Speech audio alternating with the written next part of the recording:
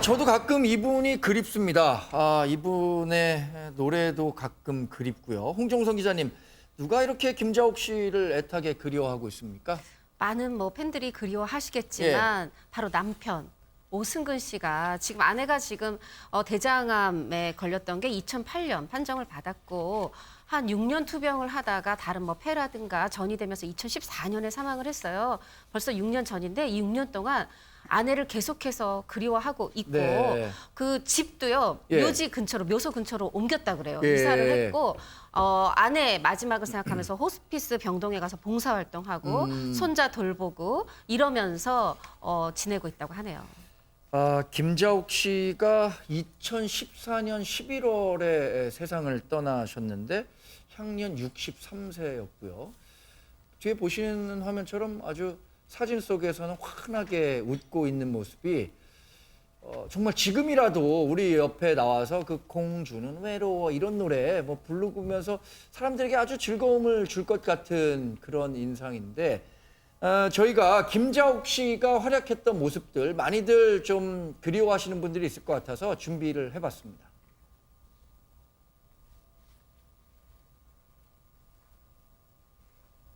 워낙에 자유스러운 걸 좋아하니까 자유스러운 곳으로 편안히 갔으면 좋겠어요. 편한 데로 가셔서 좀 더 즐겁게 보내세요, 누나. 아들 날짜를 잡아놓고 못 보고 갔다는 게 조금 부모 마음으로서 먼저 잘 가 있어. 나도 곧 갈 거니까. 거기서 만나자. 자오가 아프지 마라. 이제 거기선 안 아프겠지. 우리 가서 보자. 천국에 가셨을 거라고 생각합니다. 가서 아프지 말고 편안히 지내셨으면 하는 마음 간절합니다.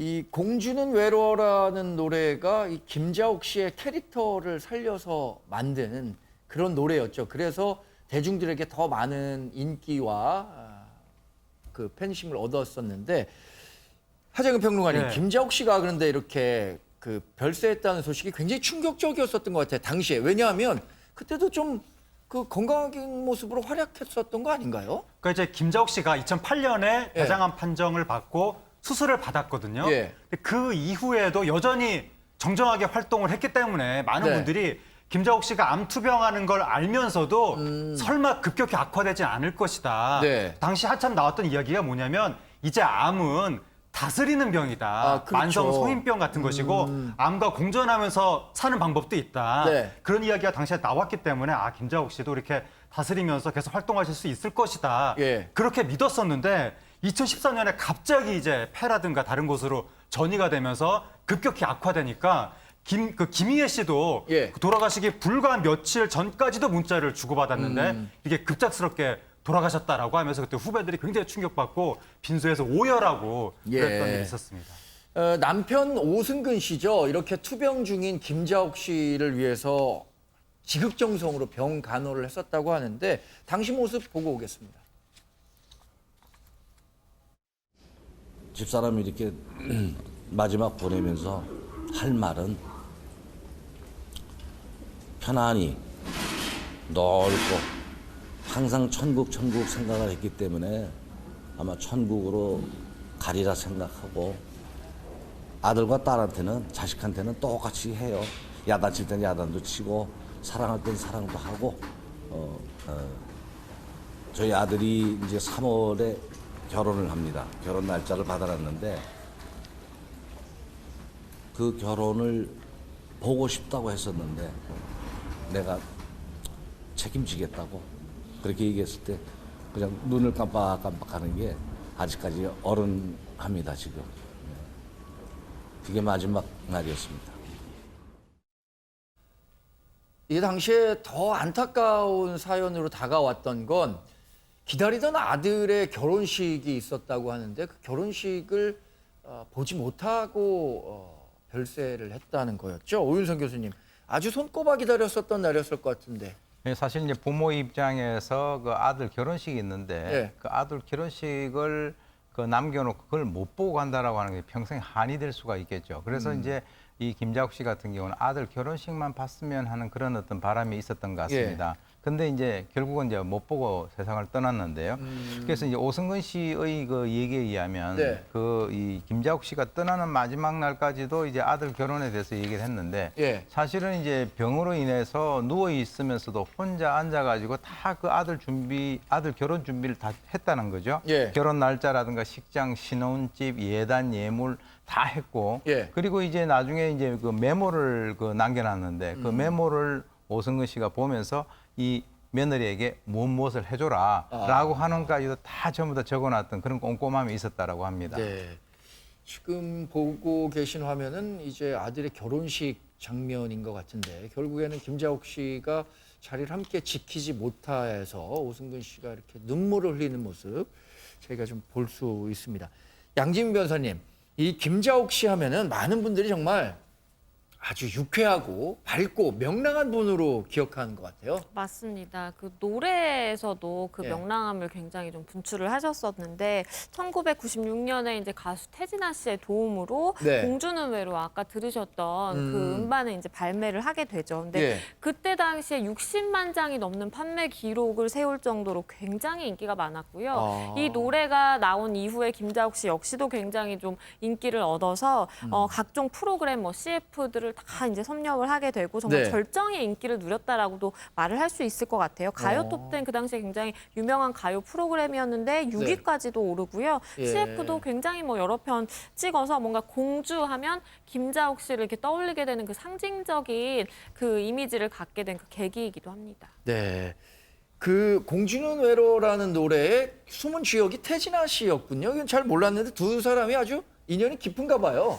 네, 사실 이제 태진아 씨가 성진우 씨, 강남 씨 이렇게 좀 후배 가수들을 발굴하는 네. 그런 좀 재주가 있죠. 근데 이제 당시에 이 김자욱 씨가 좀 연기 활동이 뜸해지고 약간 좀 우울했다 그래요. 네네. 그걸 태진아 씨가 알고 노래해보자. 예. 그 노래하고 이러면 웃을 수 있다 해서 이 김자욱 씨의 캐릭터를 그대로 우리가 생각하는 안방 극장 속 공주. 네. 그래서 이제 공주지만 외롭다. 공주는 외로워. 그렇지만 정말 백설공주 같은 옷 입고 네. 춤추면서 밝은 노래였잖아요. 예. 그래서 김자욱 씨가 실제로 내가 굉장히 그 덕분에 마음도 즐거워졌었다 얘기를 했었습니다. 얼마 전에 저희 방송에 그 연기자 최란 씨가 출연했었는데 최란 씨도 이 연기를 하다가 트로트 가수로 음반을 취입했다고 하는데 이런 선례를 겪은 분이 먼저 있었군요. 김자욱 씨가 이런 선배네요, 일종의. 이인철 변호사님, 근데 이렇게 동료들이 많은 그 그리움을 표출하고 있잖아요. 남편인 이 오승근 씨의 이걸 뭐야 사부곡이라고 해야 될까요? 아주 애절한가 봐요. 많은 분들이 좋아했고 이제 이 김자욱 씨 같은 경우는 노래도 잘했지만 연기도 잘했어요. 네. 제가 이제 지붕 뚫고 하이킥이라는 시트콤 굉장히 아이고, 좋아했는데 전설적인 그 거기에 이제 새침대기 캐릭터였죠. 선생님으로 나와서 네. 이순재 선생님과 알콩달콩한 그런 연기도 굉장히 제가 인상 깊게 봤거든요. 네. 근데 남편은 또 얼마나 그리워하겠습니까? 근데 남편이 이제 살던 집을 아들에게 물려주고 어디로 이사 갔냐면 네. 김자욱 씨가 이제 묻혀 있는 봉안묘 근처로 이사를 갔다고 해요. 얼마나 아내가 그리웠어요. 네. 그리고 그 집에는 아내와 같이 쓰던 가구를 배치했고요. 네. 또 아내의 사진과 메모를 이제 소중하게 간직을 하고 있는데 그 메모에는 이렇게 써 있다고 합니다. 사랑해요. 수고 많았어요. 아빠 아이고. 편히 자요. 예. 그 메모를 보면서 이 남편이 오승근 씨는 아내가 그냥 잠시 여행을 간 것 같다. 네. 이렇게 이제 얘기를 하고 있고 아내에 대한 아직도 애절한 사랑을 표현하고 네. 있습니다. 우리가 조강지처라는 말을 하잖아요. 그러니까 쌀 겨를 같이 먹는 이 어려움을 같이 경험했던 부인에 대한 그 깊은 애정이 더할 것 같은데 두 사람이 고생을 하면서 느꼈던 그러니까 그 고생을 함께 극복하면서 느꼈던 동지애 같은 게 더 강했던 것 같아요. 하재근 평론가님. 아마 그래서 더 애틋한 마음이 있는 것 같은데 이제 오승근 씨가 원래 가수하다가 예. 아버지 사업 물려받아서 잘 나갔었거든요. 예. 90년대. 그런데 IMF 때 사기를 당해서 사업이 망하면서 부채 70억 이렇게 된 거예요. 그래서 네. 굉장히 아마 시리에 빠졌던 것 같은데 그때 김자옥 씨가 이제 오승근 씨한테 힘을 주고 격려해주고 그래서 오승근 씨가 다시 가수로 재기하면서 이렇게 어려움에서 벗어났다는 거죠. 그때 그러한 고마움이 있기 때문에 굉장히 네. 김자옥 씨한테 잘했고 그래서 네. 연예계 대표 인고 부부라는 말을 들을 정도로 네. 그렇게 이제 금슬이 좋았는데 이제 김자옥 씨가 사라지니까 굉장히 그 빈자리가 크게 느껴지는 것 같습니다. 이렇게 오승근 씨가 김자옥 씨의 도움을 통해서 아주 유명한 트로트 가수로 재탄생하게 됐죠. 그 이후에 나온 아주 주옥 같은 노래들도 있습니다. 오승근 씨의 대표곡들 저희가 함께 감상해 보시죠.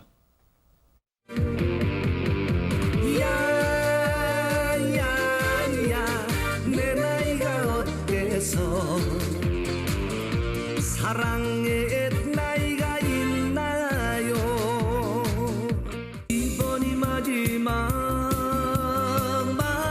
기회야. 이제는 마음의 그 문을 열어줘. 있을 때 잘해. 있을 때 잘해.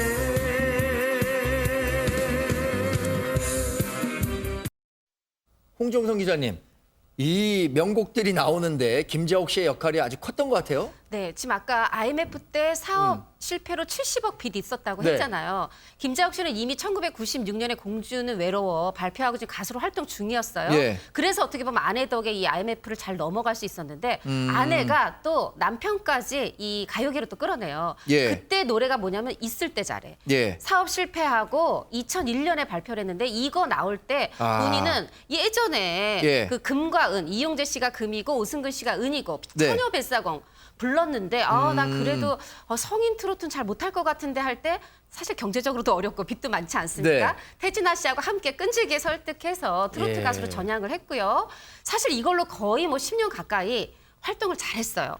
그러다가 다시 또 내 나이가 어때서 요 노래가 나온 게 2012년인데요. 예. 이때 내가 트로트 했지만 이 노래는 또 감이 안 오는 것 같아. 아. 나 이거 별로야. 선뜻 내키지 않았는데 아내가 이렇게 얘기했대요. 김자옥 씨가. 예. 아니 난 대박 날 것 같은데. 아. 그러고 나서 아내 2년 뒤에 떠나셨고 네. 지금 또 그걸 가지고 내 나이가 어때서로 굉장히 공전의 히트를 기록했고 그렇죠. 사실 지난해 또 새로운 앨범이 나왔어요. 네. 주인공은 나야 나.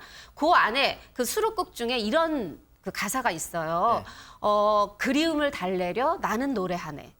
요 또 가사 때문에 또 많은 중년 아주머니 분들, 팬분들이 또 오승근 씨의 그 아내를 그리워하는 마음을 네. 또 사랑해주고 계십니다.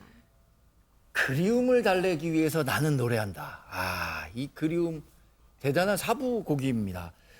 이 오승근 씨가 여하튼 그 아내를 사별한 이후에도 맹활약하고 있는데요. 오승근 씨가 최근에 이 후배는 정말 아주 좋은 후배인 것 같다라고 해서 특별히 주목하고 있는 후배가 있다고 해요, 오윤성 교수님. 예, 그 이제 찬또라고 하는 이찬원 씨. 네. 왜 그러냐면은 이 오승근 씨 같은 경우는 1974년에 이제 그 빗속을 둘이서라고 하는 그런 노래도 했었고요. 그래서 제가 이제 이분 최근에 노래 부르는 걸 들어보니까 옛날 목소리를 그대로 갖고 계세요. 음색을. 그래서 그 이찬원 씨에 대해 가지고 주의 깊게 보고 있는 이유는 바로 처녀 뱃사공이라고 하는 그 히트곡을 부르면서 꺾기라고 하는 창법을 사용을 했는데 이게 꼭 무슨 그 수십 년이 지나 가지고 전혀 모르는 그 후배 가수가 그 꺾기 창법을 사용을 하고 있었다라는 거죠. 그래서 본인이 상당히 지금 관심 깊게 보고 있고 또 이제 그 이찬원 씨 같은 경우도 이 오승근 씨에 대해서 그 얘기를 듣고 굉장히 마음의 감동을 받았다 이렇게 알려지고 있습니다. 이 꺾기, 트로트는 꺾기에 이 포인트가 있는 거죠. 이 꺾기를 얼마나 잘하고 있는지 천도배기 이찬원 씨의 꺾기 기술 얼마나 훌륭한지 한번 들어보시겠습니다.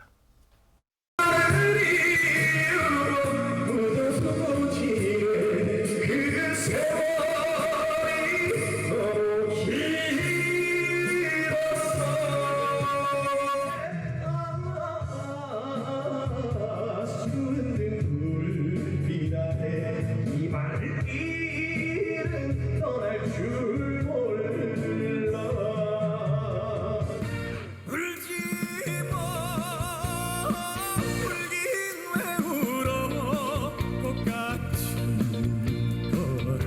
사랑 때문에 어차피 인생이라 이별이야 아니면 이인철 변호사님, 작가분이 이렇게 써놨어요. 백날 가도 저 꺾기 흉내 내기 어려울 것 같다. 네. 우리 이인철 변호사님 백날 가면 꺾기 흉내 낼 수 있을 것 같습니까? 뭐 저도 노래하는 걸 좋아하긴 한데. 아, 그래요? 예. 이게 트로트만의 이 구성진 맛이 있거든. 일반 노래 같은 경우는 쫙 올라가다 쫙 내려오는데 트로트 왔다 갔다 이 꺾기가 생명이거든요. 그래서 이렇게 표현하고 있습니다. 이명웅 씨 같은 경우에도 이찬원 씨가 후배지만 정말 따라할 수 없는 꺾기 기술을 갖고 있다 이렇게 얘기를 하고 있고요. 예. 그다음에 김호중 씨 같은 경우에도 이 김호중 씨가 또 성악가 출신이었잖아요. 네. 본인의 가장 큰 난관이 꺾기인데 이 연습장 노래방에 가면 여기저기 다 꺾기를 하고 있다. 예. 이제 그렇게 표현을 하고 있고 이 서른도 씨 같은 대선배 같은 경우에도 이 한참 후배잖아요. 그런데도 내게는 없는 구성진 꺾기를 하고 있다. 이렇게 이제 극찬하고 있습니다. 이게 무공이 높은 사람들끼리는 서로 좀 알아보나 보죠. 저는 뭐 그 꺾기가 아닌가 이런 생각도 드는데. 자, 그러면 하재근 평론가님, 네. 이 이찬원 씨가 이렇게 극찬을 받고 있는 꺾기는 어떤 건가요? 꺾기가 이제 그 우리나라 트로트가 네. 일본 엔카랑 자꾸 비교가 되잖아. 일본에서 들어왔는데 그렇죠. 어쩌네 그런 이야기가 있는데 일본과는 다른 한국적인 정체성 그 독특함이 꺾기거든요. 네. 이게 70년대, 80년대 거치면서 점점 더 꺾기 문화가 발전해서 처음에 약간 슬픈 분위기도 있었는데 예. 80년대 다음부터는 굉장히 즐거운 분위기의 꺾기로 바뀌었거든요. 아, 그렇군요. 그러한 그 즐거운 꺾기의 결정판을 거의 이찬원 씨가 지금 보여주고 있는 것이 아닌가. 21세기형 네. 꺾기 그걸 보여주고 있는 것 같은데 예. 그 이찬원 씨가 나이가 너무 어려서 어떻게 어린 나이에 이거를 그렇죠. 이렇게 잘 재현을 할까. 예. 그게 놀라운 것이고 그러니까 이찬원 씨가 트로트 외길 인생 이찬원 선생인데 네. 3살 때부터 트로트를 감상하기 시작했고 초등학생 때부터 꺾기를 독학을 했다. 예. 그리고 아버지한테 황금 유전자를 물려받아서 아버지가 원래 가수를 하려고 그렇죠. 했었는데 할아버지 반대로 못했는데 그렇게 이제 가창력을 물려받았기 때문에 그 네. 상태에서 어렸을 때부터 트로트 몰입 교육을 하니까 예. 그래서 아마 젊은 나이에 저렇게 꺾기 창법이 완성이 된 것 같습니다. 네. 예전에는 정말 트로트 하면은 약간 좀 구슬픈 그런 감정도 좀 있었는데 요새는 너무 신나는 트로트들이 많아져 갖고 젊은 세대들도 굉장히 좋아하고요. 또 이른바 K-트로트 열풍이 뭐 동남아시아를 비롯해서 정말 뭐 전 세계적으로 확산되고 있어서 이 K-트로트 열풍이 어느 정도까지 갈지 살펴보는 것도 우리가 중요한 아주 재밌는 관전 포인트가 될 것 같습니다.